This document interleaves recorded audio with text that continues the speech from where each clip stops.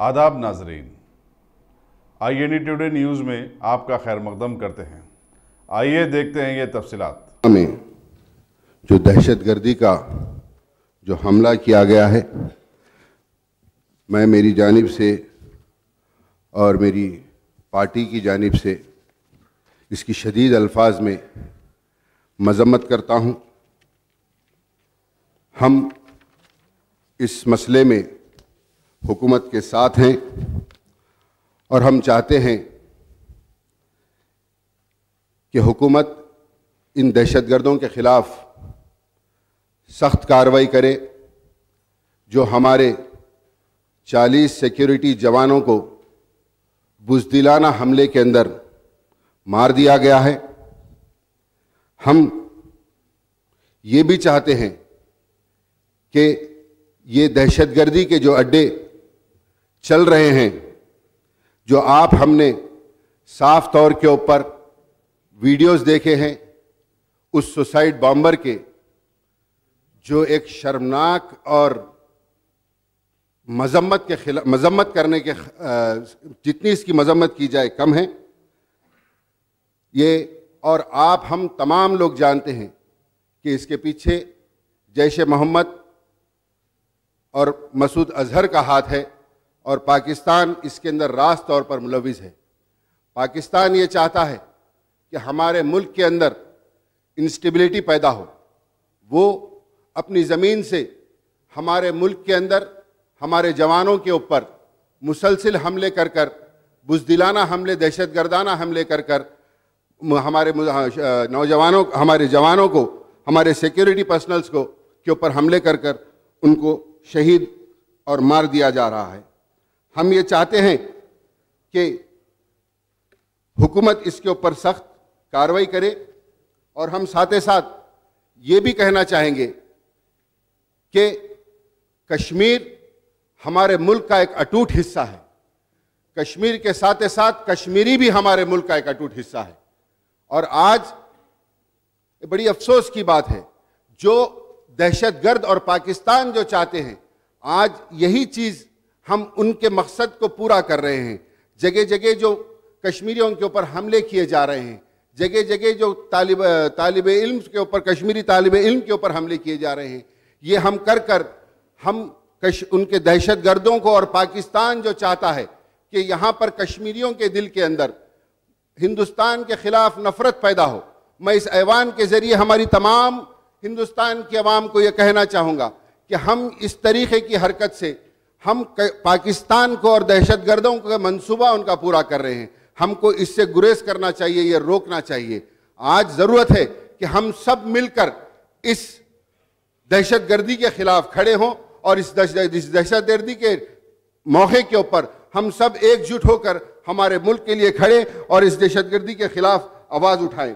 और स्पीकर साहब, मैं आपसे ये भी कहूँगा कि आप हम सब ने देखा छत्तीसगढ़ के अंदर भी CRPF के जवानों के ऊपर हमला हो रहा है, जवानों के ऊपर हमला किया गया। तो क्या हम वहाँ की आवाम को हमारी नफ़रत का निशाना बनाएंगे? नहीं, हमको मिलकर इस दहशतगर्दी का मुकाबला करना होगा। ये लोग चाहते हैं कि हम में बंटवारा पैदा किया जाए। और सबसे अहम बात यह है कि सब लोग कह रहे हैं, लेकिन इस चीज़ के ऊपर कोई रोशनी नहीं डाल रहा है, कोई नहीं कह रहा है। सबके मुंह खामोश है कि 200-250 किलो RDX आया कैसे। हमारी हुकूमत इसके अंदर नाकाम है। इसकी जिम्मेदारी इसकी अकाउंटेबिलिटी किसके ऊपर है? इसके ऊपर कोई बात नहीं कर रहा है। इसकी अकाउंटेबिलिटी भी इसको लेना चाहिए कि इतना ज़्यादा, इतना सेंसिटिव एरिया कश्मीर होने के बावजूद भी इतनी बड़ी तादाद के अंदर प्लास्टिक RDX कैसा वहां पर पहुंचा? किस तरीके से हमारे इतने बड़े काफिला जा रहा था, किसी किस्म का इंतजाम नहीं कर कर आज कोताही की वजह से इसकी किसको अकाउंटेबिलिटी देना चाहिए, जिसकी तरफ से हमारे 40 जवान मारे गए इस दहशतगर्दी हमले के अंदर। और मैं आपके जरिए मैं आपसे ये भी कहूंगा स्पीकर साहब, ये जैश मोहम्मद नहीं, ये जैश शयातीन है जो यहां पर हमले करा रहा है। और पाकिस्तान में बैठकर इमरान खान ये कह रहा है कि इमरान खान को चाहिए, पाकिस्तान को चाहिए कि वो अपनी फिक्र करे, ना कि हमारे मुल्क की फिक्र करे। वो लोग अगर से हमने यहां के अंदर हमने हिंदुस्तान के मुसलमानों के बारे में जो तफरीका डालने की पाकिस्तान कोशिश कर रहा है, आपको हमको सबको मिलकर उनकी ये कोशिश को नाकाम करना चाहिए। आज जरूरत है कि हम सब एक हो जाए। वो वहां पर बैठकर बड़ी बड़ी बातें कर रहे हैं और आज हम जो भी हुकूमत यह फैसला लेगी, हम इस हुकूमत के साथ हम हर तरीके से तैयार हैं। मैं सीएम साहब के एक्स ग्रेशिया के फैसले का खैर मकदम करता हूं, जो आपने तमाम जवानों के घर वालों को 25-25 लाख रुपए देने का जो फैसला किया है, हम उस फैसले का खैर मकदम करते हैं। और साथ ही साथ मैं ये भी कहना चाहूँगा कि आज हमको ज़रूरत है कि हम तमाम लोग मिलकर इस फैसले के ऊपर एकजुट होकर हम काम करें। हम यहाँ के अंदर, हिंदुस्तान के अंदर, जिस वक्त हमने, हमारे आबा व अजदाद ने ये फैसला किया कि जिन्ना की पॉलिसी को रिजेक्ट कर हमने ये हिंदुस्तान को हमारा वतन अजीज मानकर, हम हिंदुस्तान को हमने जिन्ना पॉलिसी के अगेंस्ट में चुनकर हमने हमारा वतन चुना और हम यहाँ पर हमारे मरते दम तक हमारे वतन अजीज के साथ हम हमेशा खड़े रहेंगे। और अगर से ये दहशतगर्द समझते हैं कि ये पाकिस्तान समझता है कि इस तरीके से हमले कर वो हमारे बीच में हमारे वतन अजीज को नुकसान पहुंचाएगा, तो मैं आपसे कहना चाहूंगा स्पीकर साहब, हिंदुस्तान का हर मुसलमान और हर वतनी ऐसे दहशतगर्दी हमलों के खिलाफ शीशा पिलाई दीवार की तरह इन दहशतगर्दों के खिलाफ हमेशा खड़ा हुआ नजर आएगा।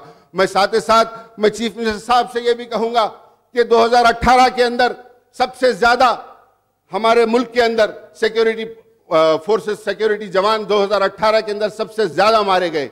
आपको आगे बढ़कर हिंदुस्तान के अंदर जो आपने एक सुनहरा ख्वाब देखा है फेडरल फ्रंट का, जो हिंदुस्तान को लेकर आगे बढ़ने का, इसके लिए हमको एक पॉलिसी, आपको इसके ऊपर भी आपको पॉलिसी बनाने की जरूरत है। तो इस तमाम चीजों को कहते हुए मैं ये कहूंगा कि आज ये जिस तरीके के हमले, ये जैसे शयातीन पाकिस्तान में बैठकर हमारे हिंदुस्तान के ऊपर दहशतगर्दी हमले करते हुए यहाँ के लोगों के अंदर इंस्टेबिलिटी पैदा करना चाह रहे हैं, मैं हिंदुस्तान की आवाम से इस ऐवान के जरिए ये कहना चाहूंगा कि हम तमाम को मिलकर इसका साथ, इसके खिलाफ ठहरना चाहिए। हमको आपस के अंदर जो ये लोग चाहते हैं, इनके मंसूबों में इनको नाकाम करते हुए एकजुट का मुजाहरा करना चाहिए। शुक्रिया। गौरव शासन सभ्य। अगर आपने हमारे चैनल को सब्सक्राइब नहीं किया है तो आपको यहाँ सब्सक्राइब बटन दिख रहा है, उसे क्लिक करिए और सब्सक्राइब कीजिए और साथ ही साथ बेल आइकॉन को भी क्लिक करिएगा, जिससे कि आपको ताज़ा अपडेट मिलते रहें।